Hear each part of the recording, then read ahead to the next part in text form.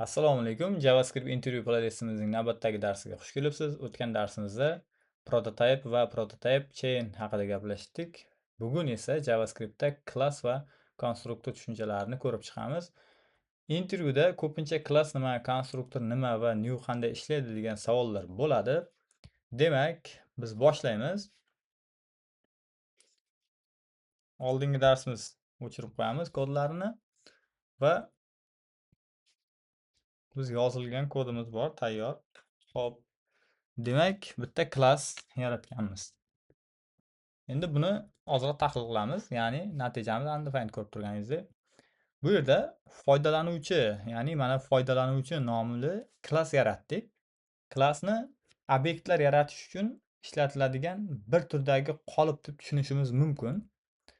Uning ichida konstruktor konstruktor va salomlash nomli metodlar bor.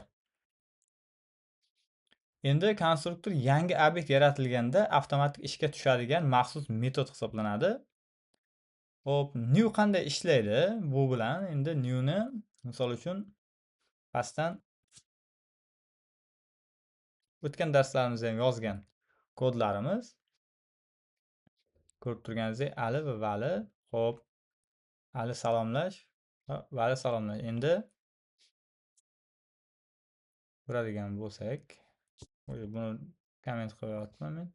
Bitta yangilaymiz. Mana ko'rib turibsiz. Salom Ali, salom Vali natijaga chiqyapti. Xo'p, new operatoridan foydalandik bu yerda natijani chiqarish uchun. New foydalanuvchi Ali yangi obyekt yaratadi.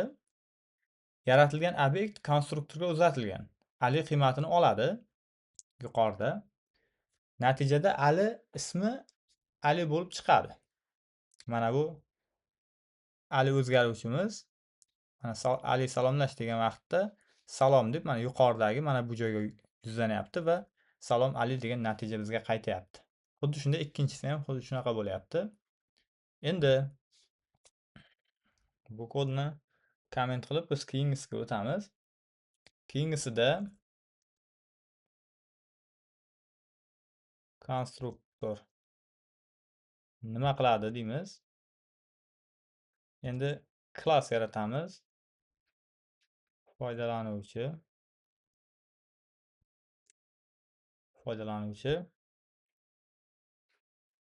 konstruktor ism yosh deymiz.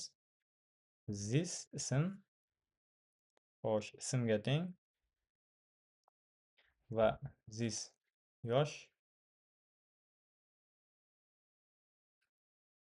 yoshga teng.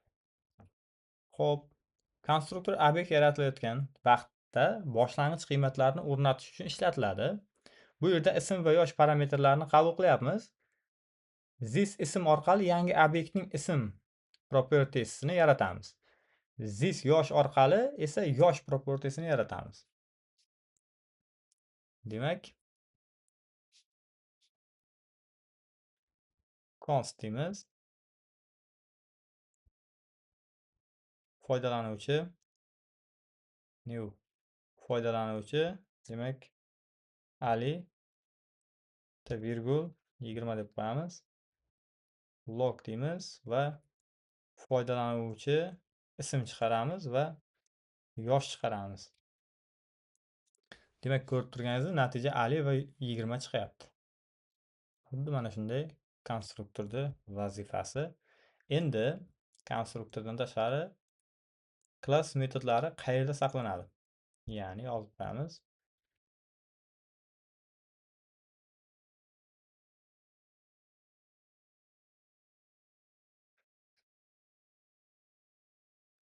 Qayerda saqlanadi? Xo'p, bu savolimizga endi yana kod orqali yozib javob berib ketamiz. Const debman. Class foydalanuvchi konstruktor ism va this ismga tenglashtirib qo'ydik. Demak, endi salomlash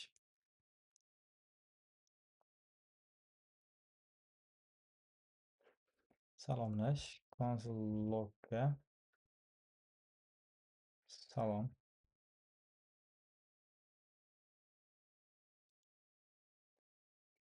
This ism. Hop. Const.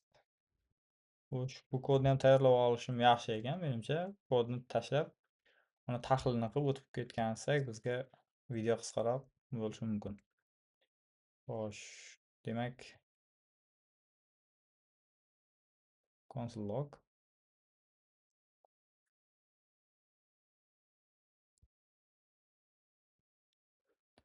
Ali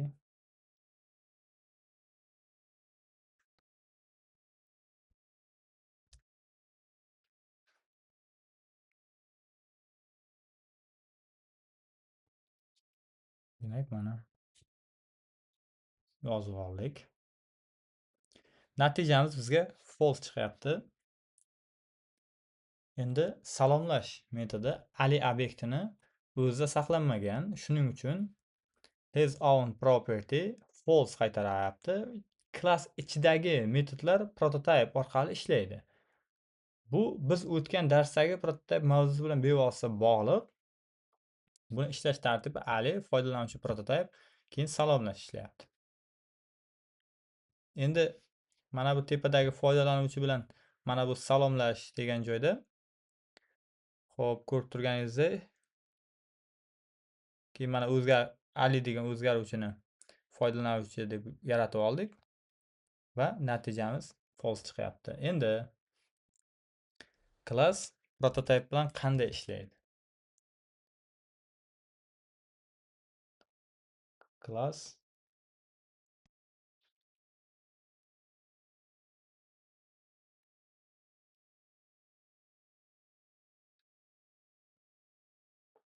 xuddi shunday savol tariqasida yozib keyin tushuntirishga harakat qilamiz. Xo'p, demak, bitta klass yaratamiz yana. Foydalanuvchi salomlash blok deymiz. Salom. Xo'p. Demak, bu kodimiz nima bo'lyapti? JavaScriptda klass sintaksi bizga obyektlar bilan ishlashni qulayroq ko'rinishda yozish imkonini beradi. Lekin uning tagida JavaScriptning prototype based inheritance mexanizmi ishlaydi. Shu sababli klassni prototypedan alohida tushunish emas, balki uning qulayroq yozilish shakli sifatida ko'rish foydali. Ya'ni bu degani klass aslida prototype bilan ishlaydi degan. Xo'p, demak buni ham ko'rib oldik. Endi intervyu savollaridan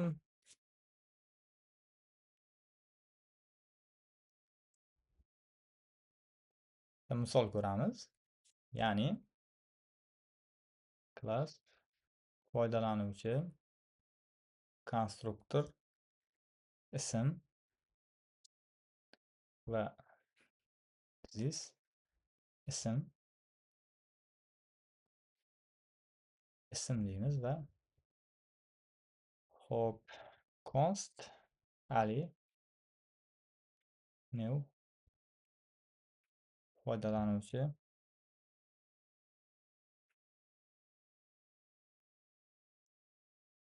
Ali bo'ladi va console logga Ali ism deb chiqaramiz. Demak, bizga natijamiz Ali chiqib turibdi. New foydalanuvchi Ali, ya'ni yangi obyekt yaratyapti. Mana bu new, mana bu joyda. Konstruktor ishga tushadi. Yuqorida mana konstruktorimiz bor. Ishga tushadi va Ali qiymati this ismga beriladi. Mana bu joyga Ali qiymati beriladi. Shuning uchun Ali nuqta ism natijasi Ali chiqadi. Xo'p, demak bittani ko'rib oldik bu joyda. Endi keyingi ko'radigan narsamiz klass va function konstruktor. Xo'p,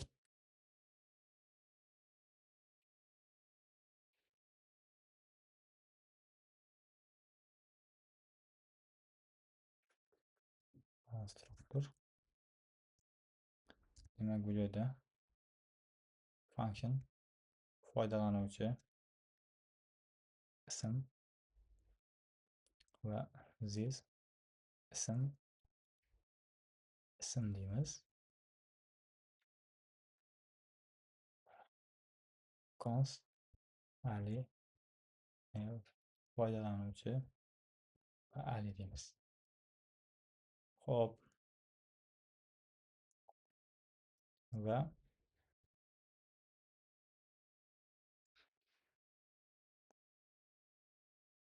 demak konstruktorni yozdik. Kodni shu tartibda yozsak, mana pastdagini o'chirib, hop,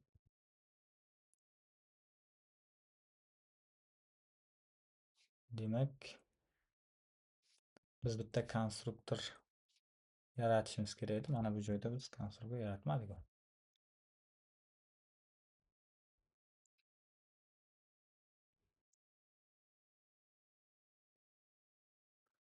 Konstruktor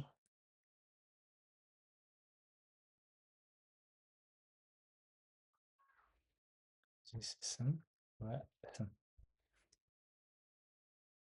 Xo'p, demak endi mana bu ismni o'chirib qo'ysak,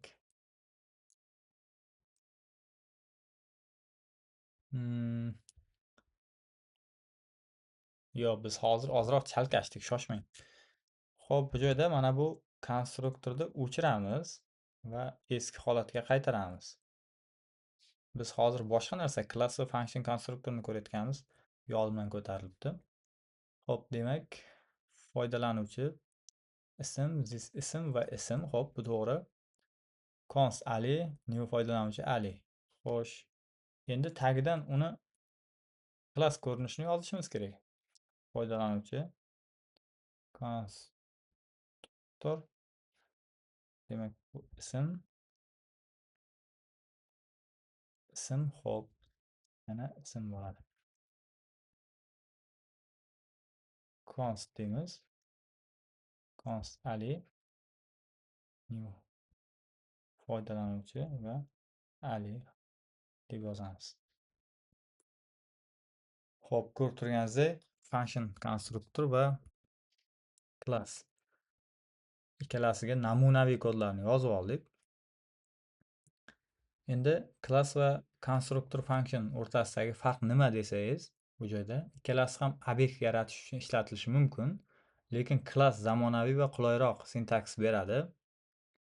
JavaScript esa baribir prototype mexanizmidan foydalanadi. Shuning uchun mana ikkalasini tartibi ko'proq, demak bizda class ishlatilar ekan. Xo'p, darsimiz yakunida, demak biz ko'rib chiqdik bugun class, konstruktor va new qanday ishlashini ko'rdik.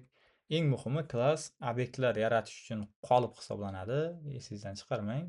Konstruktor yangi obyekt yaratilganda ishga tushadigan maxsus metod hisoblanadi. New yangi obyekt yaratadi va class metodlari prototype orqali ishlaydi. Demak, darsimiz ozroq murakkabroq bo'lgan bo'lishi mumkin, lekin sizga, ya'ni darsni playlist boshidan ko'rib kelayotgan bo'lsangiz, sizga oson bo'lishi kerak, bu aniq. Demak, darsimizni yakunlaymiz. Katta rahmat. Obuna bo'ling, like bosing, kommentda bizni qo'llab-quvvatlang. Sog' bo'ling, salomat bo'ling.